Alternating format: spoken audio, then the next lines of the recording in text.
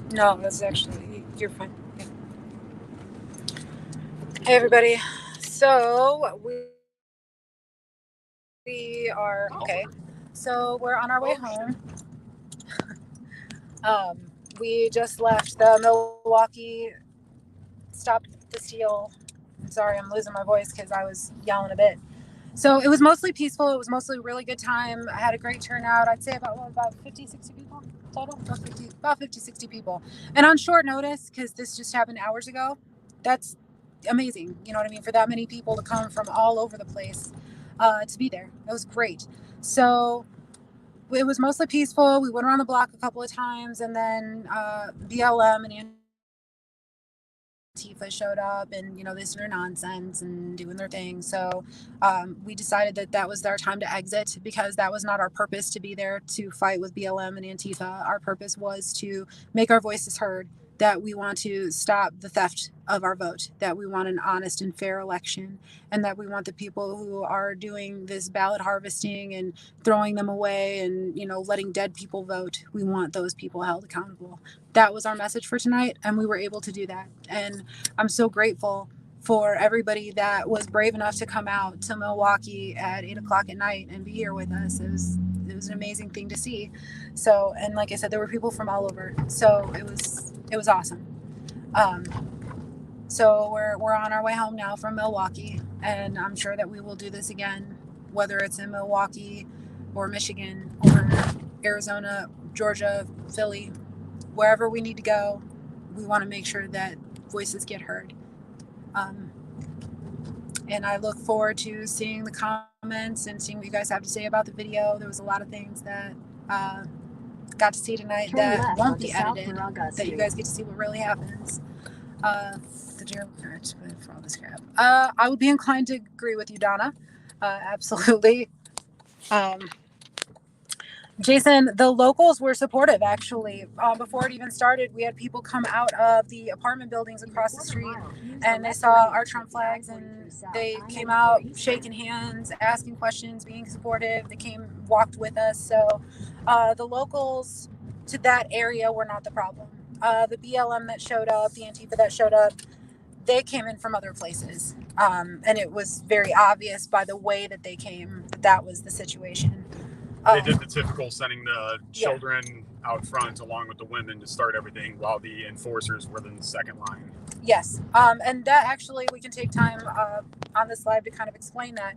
So, what the agenda is now for the left, when we have a peaceful protest or a rally of some sort, what they'll do is they will send underage children and women in to become instigators, to get everybody riled up, or to potentially try to get somebody from the other side to become violent, because if they're underage or they're children, they're more likely to be prosecuted, even if they didn't start it. Because if you hit someone who's underage, uh, then you, you'll have.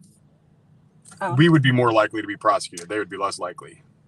So they're safe. They can send the kids out and screw with us, and we're screwed. Yeah, pretty much what he said. So they tried to get kids to come out and start problems, or women, like smaller women, like the little fat broad who kept coming up to me and trying to start, and I just laughed at her like, this is no new game for me, homie. You're not going to get under my skin. But they don't know that. They don't know who we are. They don't understand that this is just another walk in the park for us. It's really nothing. For us, what the really dangerous part is people who don't know when it's time to stop, basically. Like, if we say it's time to go, the party's over.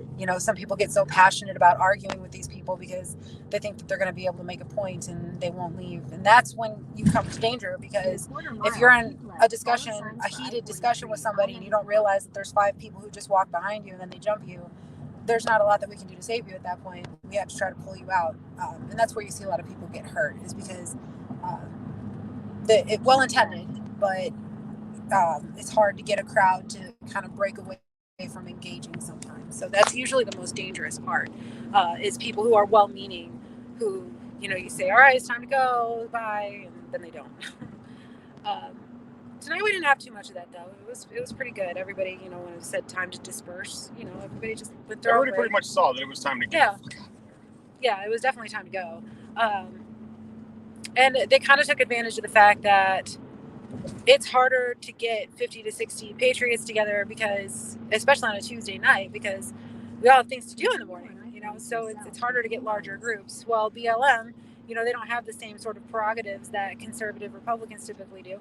Soros ain't cutting us checks. Yeah, so they can pretty much go out whatever time of night they want. So it's a lot easier to end up getting 100 to 200 BLM against 50 or 60 Patriots, and it's not really fair. So we try to make sure that when people come out to our events, that we keep them as safe as possible. They came through. They scouted us twice. They did 2 drive-bys on us, just checking to see the numbers and everything. And then after they did two drive-bys on us, they parked down the street, and the first group came, started to talk, then started to antagonize, and called in reinforcements. And that's when it was very well known that it was time to leave. Yes, they do use children as human shields, and they flat out say that in their documentation. They'll say, the more vulnerable, the ones that people are less likely to injure, put them first, because it'll give people opportunity. Actually, let me put you on to be able to be more violent behind them and not get hurt themselves. Can you hear me now? But James is on the phone, so I am going to shut this live off for now. And we'll probably comment more later because we just got a vehicle, so I'm going to decompress a little bit. But we'll be back on shortly. So talk to y'all soon. She's editing the live right now.